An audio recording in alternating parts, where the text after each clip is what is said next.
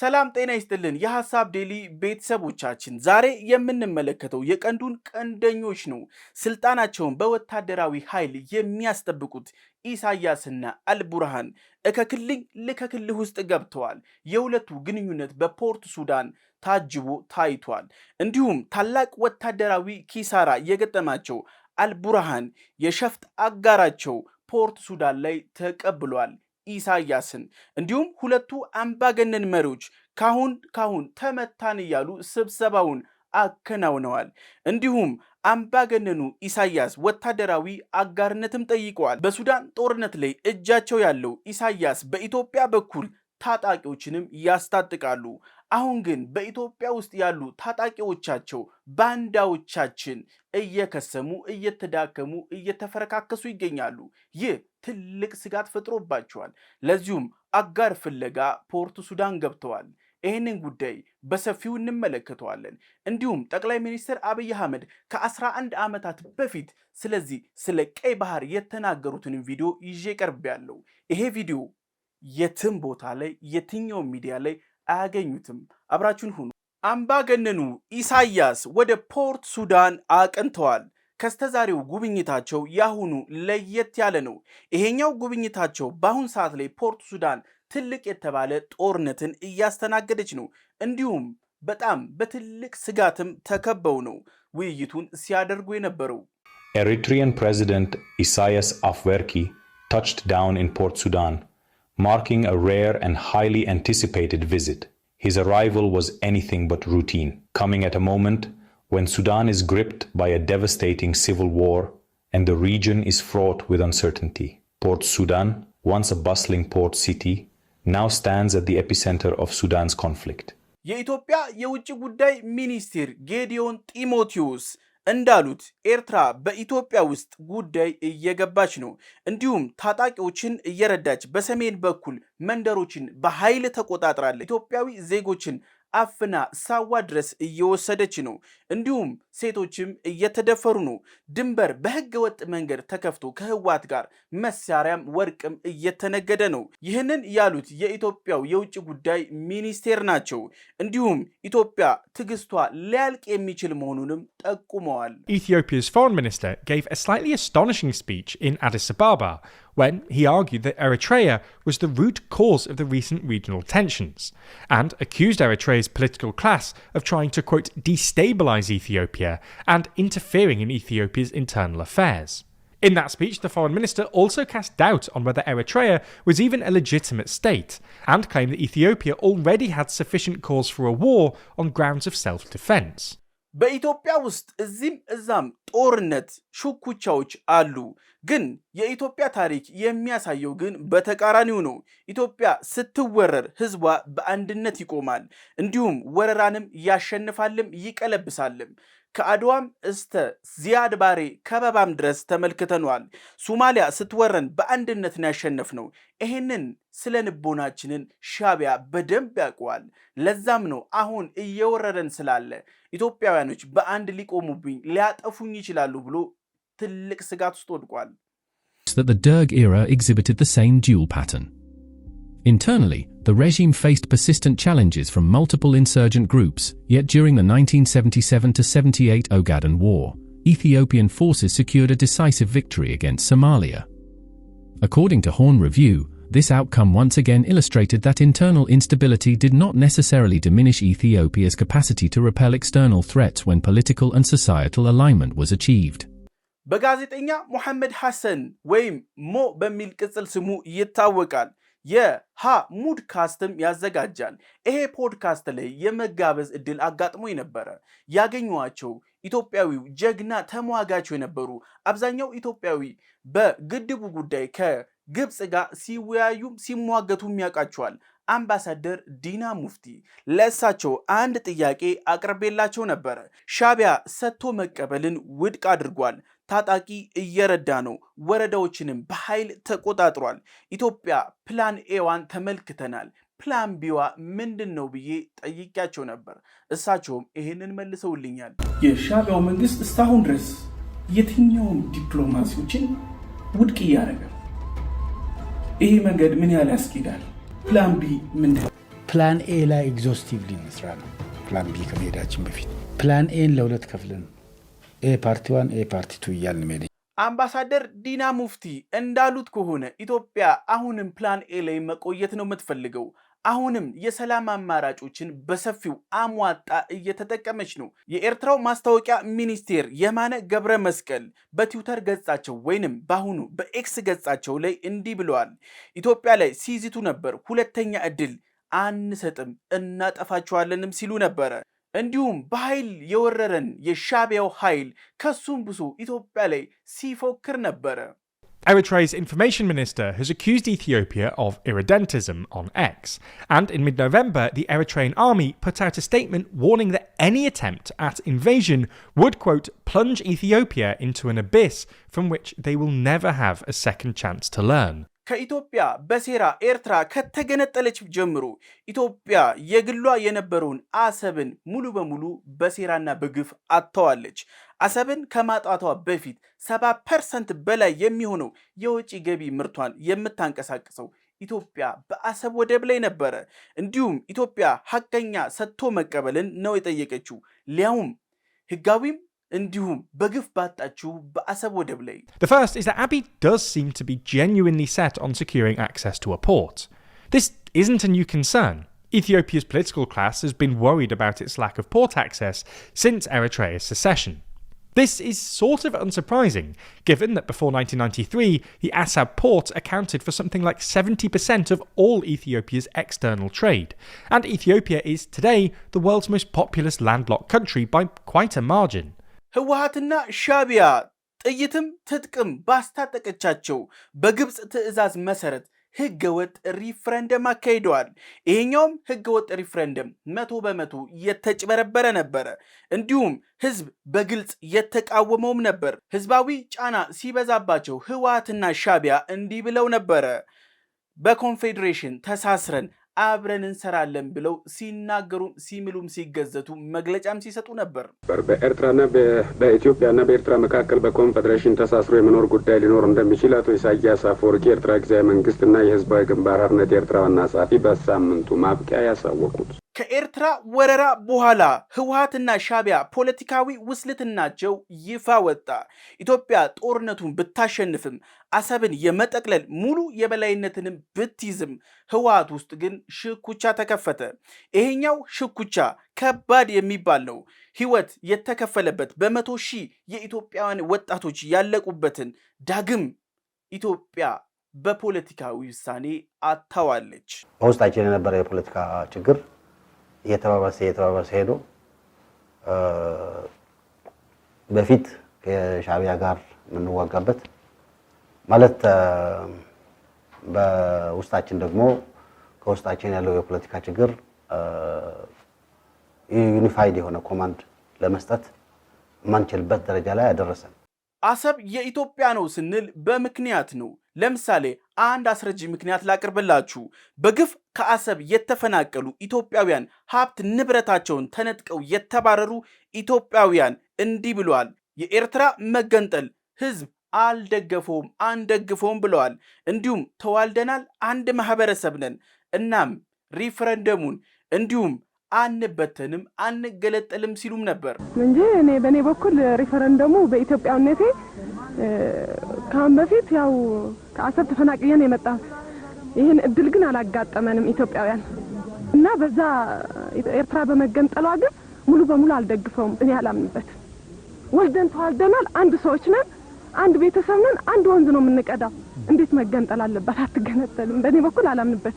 ከ130 ሚሊዮን ህዝብ በላይ እንዲሁም ወደብን በግፍ ያጣችውን ሀገር የሚመሩት ጠቅላይ ሚኒስትር አብይ አህመድ በኬንያ በሶማሊያ አማራጭ ወደቦችን እየፈለጉ ነው።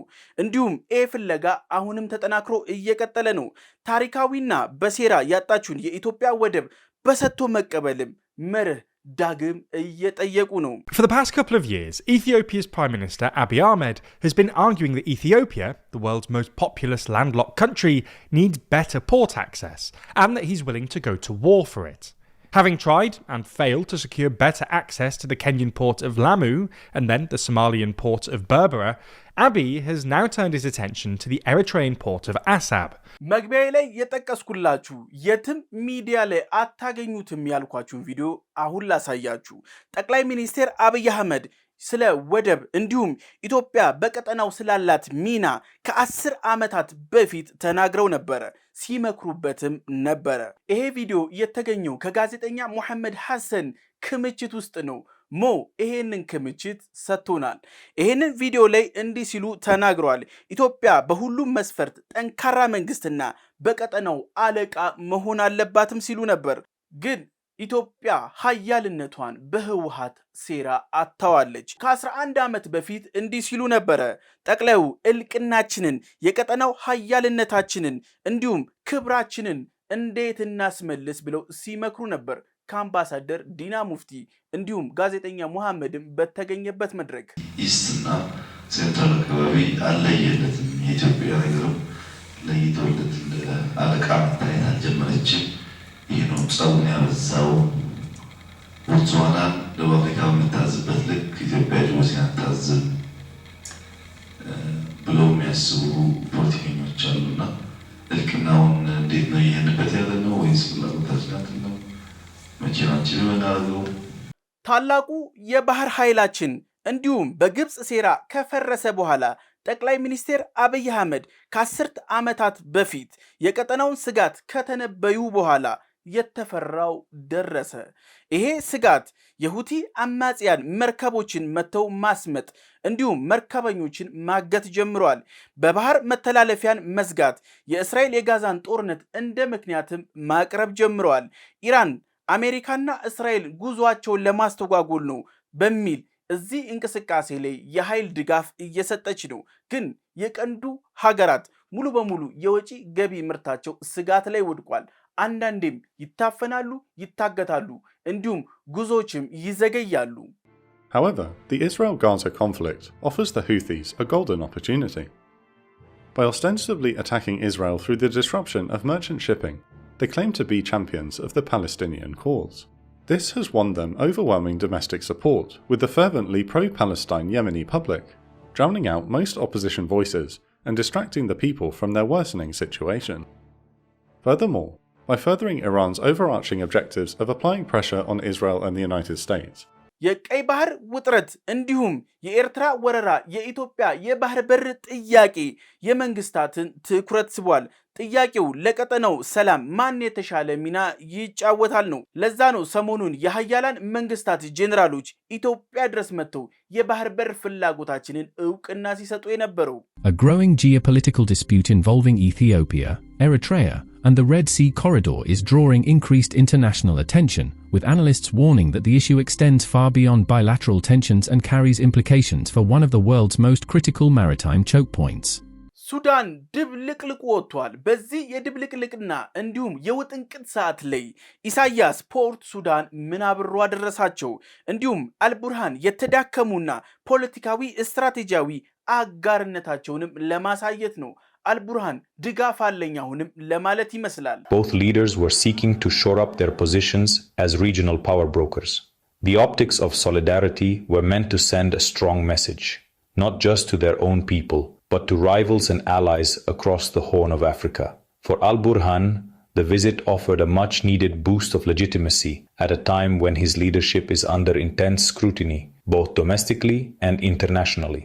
ግብፅ አስመራን ትደግፋለች እንዲሁም አልቡርሃንንም ጭምር። የግብፅ የረጅም ጊዜ ስትራቴጂ የኢትዮጵያን ወደ ቀይ ባህር እንዳትገባ ነው። የኢትዮጵያ ትልቅ የተባለው የባህር ኃይል በቀይ ባህር ላይ እንዳይገኝ ነው። እንዲሁም አሰብ በህጋዊ መንገድ እንዳላጣ ነው ስለሚያውቁት ይህንንም እንዳናሳካው ትልቅ ስጋት ጥሎባቸዋል። While Egypt is not formally involved in the current disagreement between Addis Ababa and Asmara over the port of Assab, regional observers note that Cairo's long-standing strategic concerns, particularly regarding Ethiopian maritime access, continue to shape the broader dynamics around the Red Sea. The port of Assab, located in southern Eritrea near the Bab el-Mandeb Strait, has historically been central to Ethiopia's maritime engagement. ኢሳያስና አልቡርሃን በዝግ ተሰብስበው ነበር። የተወያዩትም እንዴት እንተባበር፣ እያደገ የመጣውን የኢትዮጵያ የቀይ ባህር ፍላጎት እንዴት እናክስመው፣ እንዲሁም ተጽዕኖአችንን በቀጠናው ላይ እናሳድግ ነው። ስብሰባው ሙሉ በሙሉ ሚስጥራዊ ነበረ። For Isaias, it was an opportunity to assert Eritrea's influence, especially as Ethiopia's ambitions in the region continue to grow and reshape the balance of power. Behind closed doors, the stage was set for critical negotiations. ሻቢያ ለግል ስልጣኑ እና የግብጽ ዳረጎት እንዳይቆም እዚህም እዛም እየተሯሯጠ ነው። ግን በቀይ ባህርና በቀጠናው ላይ ያለው እውነታ ይህ ነው። የአፍሪካ ቀንድ ታላቅ ስጋት ገጥሞታል። አልሻባብ እየተንሰራፋ ነው። የሱዳን ቀውስ ከቀን ወደ ቀን እየተስፋፋ ነው። አይሳይስ እየተደራጀ ነው። የሁቲ አማጽያን ቀይ ባህርን የቀይ ደም መፍሰሻ አድርገውታል። The analysis highlights the region's evolving security landscape, including Red Sea geopolitics, maritime concerns, Sudan's instability, the threat posed by Al-Shabaab, and shifting alliances within the Horn of Africa and beyond. ሱዳን የውስጥ ጦርነት ላይ ስትታመስ ኤርትራ በምስራቅ በኩል ጦርነቱን እያቀጣጠለችው ነው። ኤርትራ በሱዳን ያለውን ጥቅሟን ለማስከበር 24 ሰዓት እየሰራች ነው።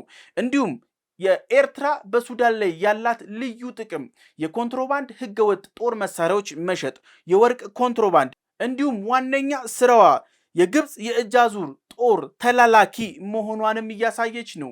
ሻቢያ አሁንም ቢሆን በሱዳን ጦርነት ላይ ትልቅ የተባለ ሚና እየተጫወተች ነው።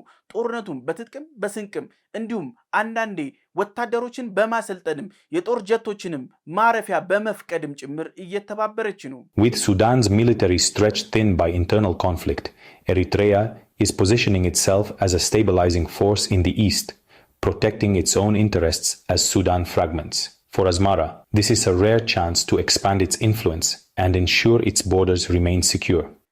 የኢሳያስና የአልቡርሃን ዋነኛ ግብ አልቡርሃን የሱዳንን ጦርነት ሙሉ በሙሉ ማሸነፍ እንዲችል ድጋፍ ማድረግ ነው። እንዲሁም ኤርትራ ኢትዮጵያ የማፈን ስራዋንም እንዲደግፍ ነው። ይሄ ነው ስትራቴጂካሊ የተባለ ውይይታቸው። ዋና ማጠንጠኛው ኢትዮጵያን ከቀጠናው ላይ እንዴት አድርገን እናክስማትም ጭምር ነው። The talks likely solidified informal understandings into a concrete security pact, formalizing cooperation that had previously been ad hoc and reactive. As regional powers carve out spheres of influence, Eritrea's support for Al-Burhan is both a lifeline for Sudan's embattled military and a strategic investment for Asmara's long-term ambitions. ኤርትራ በተደጋጋሚ ኢትዮጵያን እየተነኮሰች ነው። መረጃዎች የሚያሳዩት ግን የኢሳያስ ሙከራ የምቧይ ካብ መሆኑን ነው። የኢትዮጵያ ህዝብ ከኤርትራ ህዝብ 40 እጥፍ ይበልጣል። እንዲሁም ኢትዮጵያ ጂዲፒዋ 70 እጥፍ ከኤርትራ ይበልጣል። ኤርትራ አስገዳጅ ብሔራዊ ውትድርናን ታሰለጥናለች። እንዲሁም ይሄ ማለት በኤርትራ ውስጥ የሰለጠኑ የትኛውም ወታደሮች በግዳጅ የሰለጠኑ ናቸው። በግዳጅ የሰለጠነ ለውጊያ ስኬታማ አይሆንም። Eritrea does have mandatory military service, but Ethiopia's population is roughly 40 times larger than Eritrea's, and its GDP is roughly 70 times larger. በፖርት ሱዳን ኢሳያስና አልቡርሃን የተሰበሰቡት ኢትዮጵያ ላይ ግፊትም ጫናም ለማድረግ ነው። እንዲሁም ኢትዮጵያ ከሪፎርም በኋላ የሰላም ተስፋ ኤርትራውያን ሰንቀው ነበር። ኢሳያስ ግን የተሰነቀውን ተስፋ እንደ ጉም አተነነው። ኢትዮጵያ ልትስፋፋ ነው እያለም ለዓለም አቀፉ ማህበረሰብም እያደናገረ ነው። ግብጽም እያራገበችው ነው። ሱዳን በጦር ለመቀላቀል ዱብ ዱብ እያለች ነው። For Eritrea, Ethiopia's ambitions are a source of anxiety. They revive old fears of expansionism and threaten the fragile peace that was only recently established in 2018 after decades of hostility and war. The prospect of renewed tension is deeply unsettling for both governments and their citizens. The recent high-level meeting in Port Sudan was, in part, a direct response to Ethiopia's renewed push. ማነው ተስፋፊ? ማነው ወራሪ? ይህንን ነገር እንመልከተው። ህወሓትና ሻቢያ አዲስ የጦር ግንባር ጥምረት ፈጥረዋል። ይህንንም ጽምዶ ብለው ሰይመውታል። እንዲሁም በአሁን ሰዓት ኢትዮጵያን መንግስት በጋራ ለመውጋት ዝግጅታቸውንም አጠናቀዋል። A regional militia and political party based in Ethiopia's northern region of Tigray that had dominated Ethiopian politics until Abiy's ascendance. However, in recent months, relations have once again deteriorated amidst reports that Eritrea is now cooperating with elements within the TPLF to launch an attack on Ethiopia's federal forces. ኢሳያስ ከህወሓት ጋር ያደረጉት ያልተቀደሰ ጋብቻ ላይ ውሽማ ፍለጋ ፖርት ሱዳን አልቡርሃን ጋር ሄደዋል። የቀይ ባህር ኮሪደርን በጋራ ለመቆጣጠርና ሄሚቲን ህገወጥ ብለውም ጠርተዋል። የሱዳን ጦርነት ላይ ሙሉ በሙሉ ዋነኛ ተሳታፊ መሆናቸውንም አሳውቀዋል። የስብሰባው ጠረጴዛ ላይ በጉልህ ሲታይ የነበረው የጦርነት ካርታዎች ብቻ ናቸው።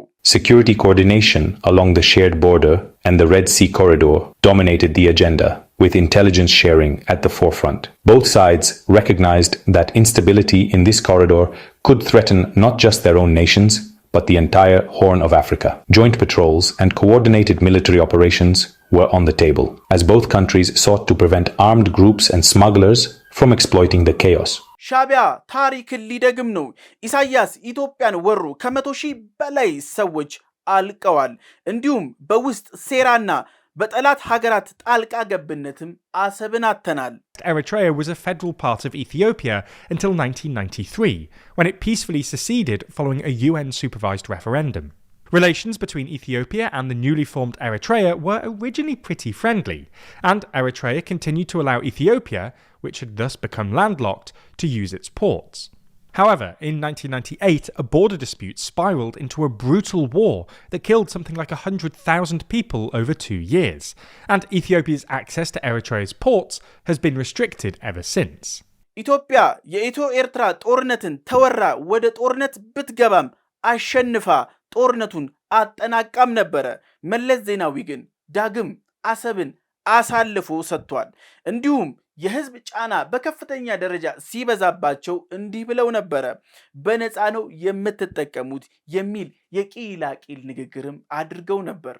መለስ አሳሳተን አይነት በነፃ ነው የምትጠቀሙት የምንጠቀሙ ምንም ችግር የለም ምናምን ተባብሎ ነው ዛን ጊዜ አሰብ ለኤርትራ የተሰጠችው እና ቁጭት አላቸው እነዚህ ሰዎች። በዚህ አጋጣሚ አሰብን እናስመልሳለን ብሎ ነው እንግዲህ በዚህ በቡሬ በኩል መጨረሻ ኢትዮጵያ አሸነፈች የተባለው በቡሬ በኩል አሰብ አካባቢ ተደርሷል። 50 ምናምን 20 ኪሎ ሜትር ካውንስሉን የሚመራው መለስ ነው። የጦር ኃይሎች ጠቅላይ አዛዥ መለስ ነው። በሴራ የኢትዮጵያ የሀገርን ጥቅም ለዘመድና ለጠላቶች ተላልፎ ከተሰጠ በኋላ 90% የሚሆነው አሰብ ላይ የሚከናወነው ንግዳችን ወደ ጅቡቲ ሙሉ በሙሉ ዞሯል። ኢትዮጵያ በሻቢያ ተወራ ጦርነቱን ብታሸንፍም ኢትዮጵያ ዳግም እድሏን አታለች። የተወሰኑ የህወሓት ሰዎች ግን ነቅተው ነበር በጊዜው። መለስ ኤርትራዊ ነው፣ እንዲሁም የሻቢያ ተዋጊዎች ለመለስ አጎቶቹ ቤተሰቦቹ ናቸው። ለዛ ነው መገንጠልን እንዲሁም ወደብን መመረቅ እንዲሁም ከ2 ቢሊዮን ዶላር በላይም ጭምር ሰጥቷቸው ነበረ። ይሄ ያነቃቸው የህወሓት ሰዎች እንዲህ ሲሉ ነበረ፣ መለስ ለሀገሩ ለኤርትራ እንዲሁም በኢትዮጵያ ርስት ላይ ያለማንም ከልካይ ወስኖበታልም ሲሉ ነበር። በአቶ መለስ ላይ ጥርሳቸውን የነከሱት